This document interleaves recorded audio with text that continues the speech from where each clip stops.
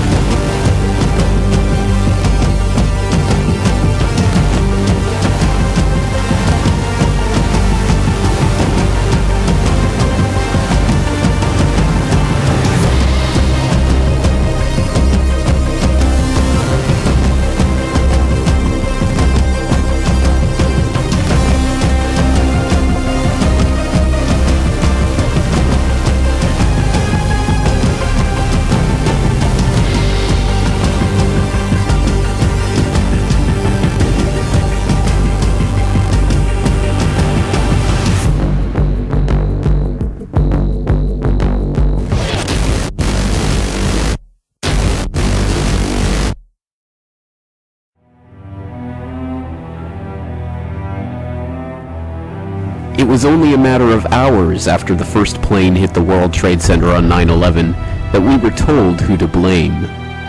You know, senior U.S. intelligence officials, or one senior U.S. intelligence official, says now that the U.S. is 90% certain that bin Laden was responsible for today's attack. Would you concur with that conclusion? I think that's a very good possibility. You have to look at who has the organization and who has the capability to do something like this. And of course, bin Laden's Al-Qaeda organization has to be right at the top of the list. Africa में पाकिस्तान के साबिक सफीर हुसैन हक्कानी ने कहा है कि अदालत को Usama bin Laden की पाकिस्तान में मौजूदगी में मुलविस अफराद का ट्रायल करना चाहिए कि उसामा बिन लादेन की एबटाबाद में मौजूदगी का कोई ना कोई तो जिम्मेदार था।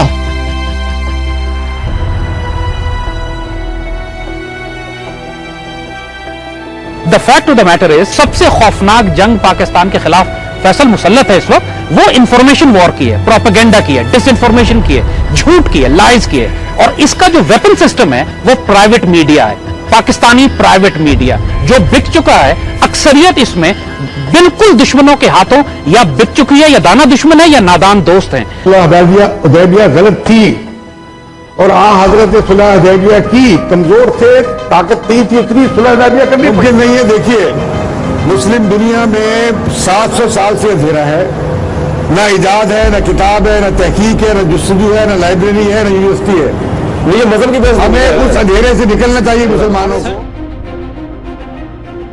आप नोट करेंगे इस बात को कि पहले इस बात को चैलेंज किया जा रहा है कि पाकिस्तान इस्लामिक स्टेट ही नहीं था, कायद आजम सेकुलर थे, इकबाल का कोई रोल ही नहीं था, ऑब्जेक्टिव रेजोल्यूशन गलत थी, इस्लामी दफात को आइन से कॉन्स्टिट्यूशन से निकाल देना चाहिए, आर्टिकल 62 और 63 खुराफात हैं। हम कोई छोटे बच्चे, कोई बेवकूफ लोग हैं, हमें पता नहीं है पूरा पाकिस्तान यूएसएड चला रहा है, करोड़ों अरबों रुपए के इश्तिहारात वो मीडिया को दे रहे हैं, तो उसके बाद मीडिया कैसे अमेरिका की मर्जी के खिलाफ बात कर सकता है? President Obama has announced his plans to pledge $50 million to the Pakistani. The thrust of U.S. policy in the region, Afghanistan and Pakistan, is to provoke a civil war in Pakistan, to break up Pakistan and prevent Pakistan from becoming an energy corridor between Iran and China.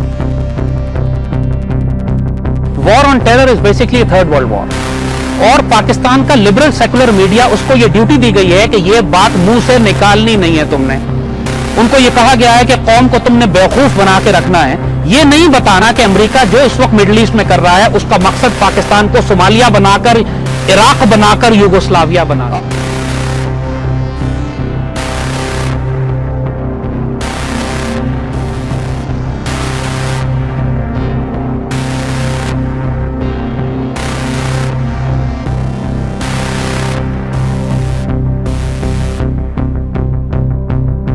एक मुल्क है दुनिया में Somalia, जहां के pilots रोज उठा के हमारे बच्चों को पकड़ के ले जाते हैं। Somalia is a failed dysfunctional state, जहां पे कुछ अर्सा पहले अमेरिकन दाखिल हुए थे, बेड़ा गर्क करके निकल गए, सोमालिया को फेल्ड स्टेट छोड़ गए क्योंकि उनके और किसी काम का नहीं था। एक मॉडल है सोमालिया जो इस वक्त पाकिस्तान को ये बना रहे हैं, इकोनॉमिक कोलैप्स, टेररिज्म, दहशतगर्दी, militant groups, TTP, BLA, BRA, ये सारा सिलसिला। दूसरा मॉडल है कि जब बिल्कुल कमजोर कर लेंगे तो फिर ये अफगानिस्तान और इंडिया से दाखिल होंगे, एफपैक और कोल्ड स्टार्ट मिलिट्री डॉक्ट्रिन के तहत आपको इराक बनाएंगे। बूट्स ऑन द ग्राउंड, जैसे लिबिया में था। पाकिस्तान को सोमालिया बनाना है, फेल्ड स्टेट, जिसका मतलब है कि Pakistan is a dysfunctional corrupt state, failed state which is not capable to have nuclear weapons. फिर ये यूएन मूव करेंगे, यूनाइटेड नेशंस जिस तरह लिबिया के खिलाफ यूएन रेजोल्यूशन लेकर आए थे कि जी पाकिस्तान के एटमी हथियारों की हिफाजत के लिए हम दाखिल होते हैं, हम दाखिल होते हैं।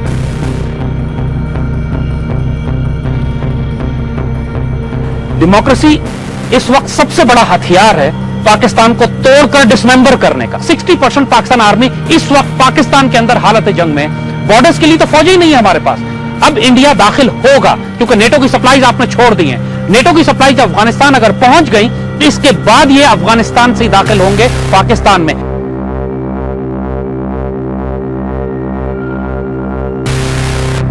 एक रात में पाकिस्तान निकल सकता है, कोई इशू नहीं है। इस हुकूमत को उठाएं, टेक्नोक्रेटिक, पेट्रियोटिक, केयरटेकर लाएं जो रूथलेस अकाउंटेबिलिटी करें, लोगों की गर्दनें उतारनी पड़ेंगी, दहशतगर्दों की भी, करप्ट की भी, गद्दारों की भी। ये नहीं करेंगे तो फिर आप सोमालिया से इराक, इराक से यूगोस्लाविया बनेंगे।